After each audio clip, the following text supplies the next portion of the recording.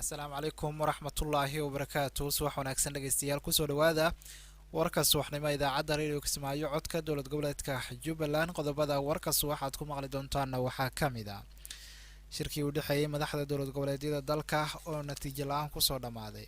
ciidamada danab iyo ciidanka jubbaland oo howlgallo miina baarisa ka fuliyey deegaano ka tirsan gobolka jubbada hoose galmudug oo xukun ku riday kalluumaysato ajnabi ah wasaaradda caafimaadka xukuumadda xilgaarsiinta oo soo saartay dalab cusub oo la xiriira caabuqa covid-19 puntland oo digniin u dirtay somalilan wararka dibaddana waxaa ka mid a dhakhaatiirta magaalada baariis ee dalka faransiiska oo qaati ka taagan tirada bukaanada covid-19 ee jiifa cisbitaalada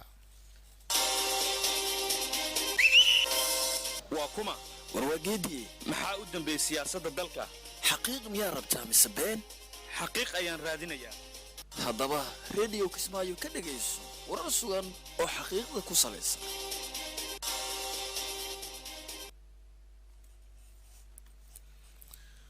waa hagaag dhegeystayaal mar kale isku soo noqod wanaagsan ayaan hawada idinka leenahay dhegeystayaal waa subaxnimo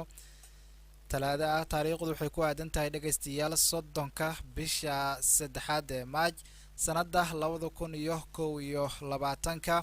intaasi aad maqasheen waxay ahaayeen qodobadii ugu door karoonaa warkayga subaxnimo haatan u diyaar garooba dhegeystayaal dhageysiga qodobadii aad maqasheen oo intaasi ka faahfaahsan madaxda dowlad goboleedyada dalka ayaa maalmihii lasoo dhaafay kulamo kala duwan ku lahaayeen magaalada muqdisho kulamadaasi ay uga hadlayeen xalka gaarista khilaafka doorashada iyo qabsoomidda shirweynaha looga hadlayo arrimaha doorashooyinka dalka wararka soo baxaya ayaa waxay sheegayaan in madaxda dowlad goboleedyada ay isku mari waayeen qodobo ay ka mid yihiin ajandaha shirka iyo madaxweynayaasha jubbaland iyo puntland oo dalbadanaya in shirka la ballaariyo ayna ka qayb galaan midowda musharaxiinta iyo guddoomiyaha aqalka sare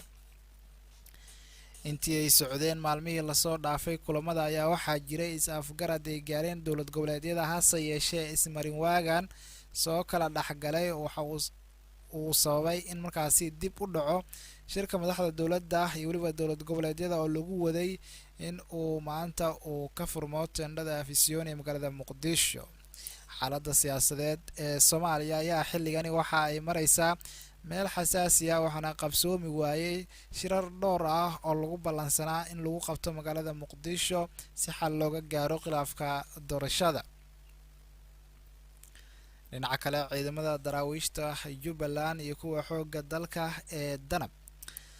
ayaa howlgallo miina baarisa waxay ka sameeyeen deegaano ka tirsan gobolka jubbada hoose ciidamada ururka shanaad guutada 16aad ee kumaandooska xoogga dalka danab iyo daraawiishta jubbaland howlgalka waxay si gaara uga fuliyeen deegaanada dhaay cabdow mooyande iyo weliba buula kuusow saraakiisha howlgalka hogaaminaya waxa ay sheegeen howlgalka ujeedkiisu ahaa in deegaanadaasi laga saaro nabadiidka al-shabaab mid ka mid ah saraakiisha ciidamada ayaa sheegay in howlgalka ay ku soo saareen miinooyin dhowr ah ay nabadiidka al-shabaab ku aaseen deegaanadaasi islamarkaana nabadiidka al-shabaab ay doonayeen in markaasi shacabka ay ku bartilmaameedsadaan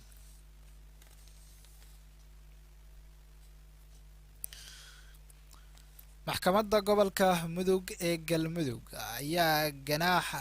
min 700 oo dollar ah ku riday 30 ruux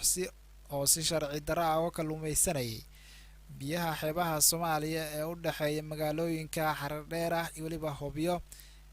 doontaan oo ay dhowaan markaasi soo qabteen ciidamada ilaalada badda iyo weliba xeebaha ee galmudug sidoo kale waxaa lagala wareegay doontii iyo qalabkii ay wateen iyo sidoo kale 6 tan oo kalluun ah oo markaasi laga jilaabtay badda soomaaliya dhammaan dadka la xukumay waxay kasoo jeedaan dalka yemen marka laga reebo hal nin oo turjumaan uu ahaa oo soomaali ahaa guud ahaan dadkan markaasi la qabtay ayaa ka koobnaa 39 ruux hase ahaatee 8 ka mid ah ayaa caruur aan qaangaarin ahayn sida ay ku dhawaaqday maxkamadda ayaa u digtay doomaha iyo weliba ganacsatada sida sharci darrada ah oo kalluumaysta biyaha galmudug. wasaaradda amniga gudaha galmudug ayaa soo dhaweysay xukunka ay maxkamaddu gaartay, iyadoo sidoo kale wasaaraddu ammaantay ciidamada ilaalada badda galmudug oo ku guuleystay howlgallo ay ka fuliyeen xeebaha badda amaba xeebaha markaasi ku teesan ee galmudug.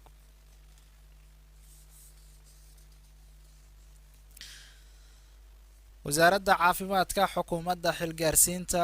ayaa war-saxaafadeed ay soo saartay waxa ay ku dalbatay in loo midoobo ka hortaga cudurka coronavirus oo dhowaan dalka markaasi kusoo labakacleeyay, sidoo kale la qaato tallaalka cusub ee cudurkan. wasaaradda ayaa qoraalka ay soo saartay waxa ay markaasi wariyaasha iyo culimmada soomaaliyeed ooga codsatay inay bulshada usoo bandhigaan xaqiiqda dhabta ah ee tallaalka covid-19 oo dhowaan soomaaliya la keenay. sida lagu caddeeyey qoraalka wasaaradda, tallaalkani ayaa laga faafiyey warar been abuur ah oo bulshada ku abuurtay shaki weyn oo badankoodii kalifay in aysan istallaalin. wasaaradda ayaa sidoo kale qoraalkeeda ku caddaysay in saxaafadda madaxa bannaan iyo tan dowladdaba ay u aragto in door weyn ay ku leeyihiin baraarujinta shacabka, isla markaana ay muhiim tahay in markaasi ka hortagto wararka khaldan ee laga baahinayo tallaalka covid-19. madaxda dalka, hogaamiyaasha dhaqanka, ururada bulshada rayidka sida haweenka, dhalinyarada, hay-adaha dalka gudihiisa ka shaqeeya, culimada, warbaahinta iyo dadka kale ee bulshada saameynta ku dhex leh ayaa qoraalkani ka soo baxay wasaaradda caafimaadka looga dalbaday inay ka qayb qaataan wacyigelinta iyo ka hortagga covid-19, islamarkaana ay gudbiyaan xaqiiqada saxda ah ee tallaalka cudurkan coronavirus ee AstraZeneca.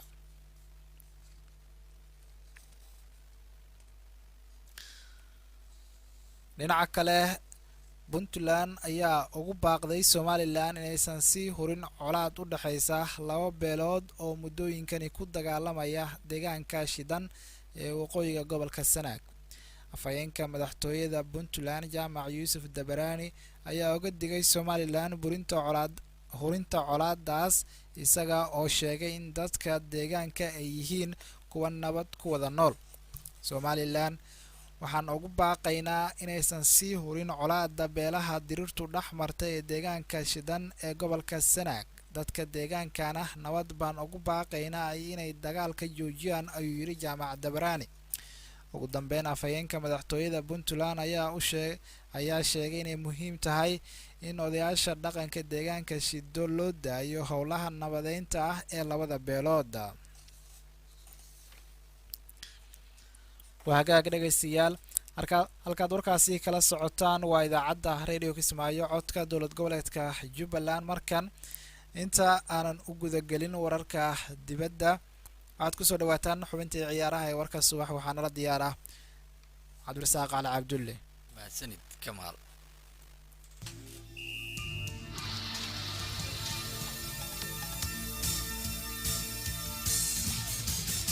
dhegaystayaal kusoo dhawaada xubinta ciyaaraha warka. aan ku bilaabay xidiga reer argentin ee Sergio Aguero ayaa kaga hadlay bartiisa Twitterka kadib markii ay kooxda Manchester City ku dhawaaqday inuu ka tagayo kooxda. Aguero ayaa ku dhawaad 10 sano ku qaatay kooxda Manchester City kadib markii uu kaga soo biiray naadiga reer Spain ee Atlantic Madrid sanadii 2011. Manchester City ayaa shaacisay in xidigooda reer Argentina ee Sergio Aguero uu ka tagayo safka kooxda dhammaadka xil ciyaareedkan. shabakada BBC ayaa shaacisay in qandaraaska Sergio Aguero ee Manchester City uu dhacayo dhammaadka xil ciyaareedkani, halka kooxda ay sheegtay inaysan dooneyn in qandaraaska ay cusboonaysiiso. haddaba Sergio Aguero ayaa ka hadlay dareenkiisa kadib markii kooxda ay si rasmi ah ugu dhawaaqday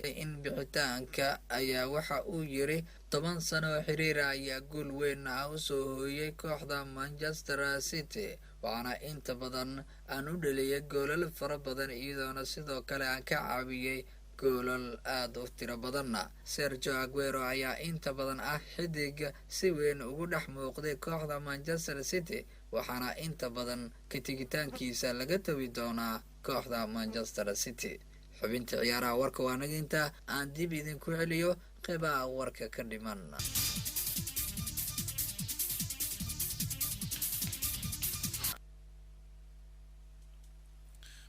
waa hagaag markan wararka dibadda.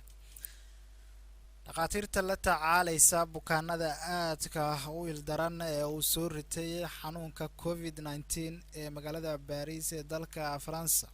ayaa sheegay inay ku howlan yihiin bukaanadu ka awood bataan waxay sheegeen inay ku dhow yihiin in bukaanadii ka awood bataan heerkii ay kula tacaali lahaayeen. digniintan adag ee ka timid dhakhaatiirta gaaraysa 41 laguna daabacay wargeyska Le Journal du Dimanche ayaa kusoo beegmaysa xilli madaxweynaha Faransiiska Emmanuel Macron uu ku adkeysanayo go-aankiisa in mar kale dalka aanan la gelin bandow guud. tan iyo bishii January dowladda Macron waxa ay soo rogtay bandow haweenkiya taasi oo dhakhaatiirtu saluugeen. laakiin kiisaska covid-19 ee sii kordhaya ayaa sababay in markaasi yaraato tirada sariiraha bukaanada leh adeega sare ee caafimaadka. waxay dhakhaatiirtu markaasi ku qasabtay inay ku taliyaan bandow guud oo wadanka oo dhan. qoraalka ka soo baxay dhakhaatiirta Paris ee lagu daabacay wargeyska Le Journal du Dimanche ayaa ahaa sidan: weligeen nama soo marin xaalad tan ka daran. xitaa weerarkii argagixiso ee 2015 ka dhacay Faransiiska oo ay ku dhinteen ku dhowaad 150 qof iyo dhaawacyada oo tiro beelay xilligaasi oo ay buux dhaafeen goobaha gurmadka degdega. horey baa waan u ogeyn in heerka awoodda la tacaalidda bukaanada covid-19 uu culays ku imaan doono, balse waan sii wadi doonaa dadaalka aan ku badbaadinayno bukaanada, ayay sii raaciyeen dhakhaatiirta. qaybo badan oo ka mid ah dunida ayaa weli waxaa faraba'ani ku haya covid-19 oo sanad jirsaday. warkii subax oo aad kala socoteen dhegaystayaal idaacadda Radio Kismaayo codka dowlad goboleedka Jubbaland xilligani waa nagaynta. warka subax waxaa soo saaray Axmed Cabdi Maxamed Toronto, anigoo Kamaal Maxamed Axmed Keenan ayaa halkan idinkala socodsiinayay. tan iyo kulankeena kan xiga dhegaystayaal hadduu alla idmo waxaan idinkaga tegayaa sidaas nabadgelyo.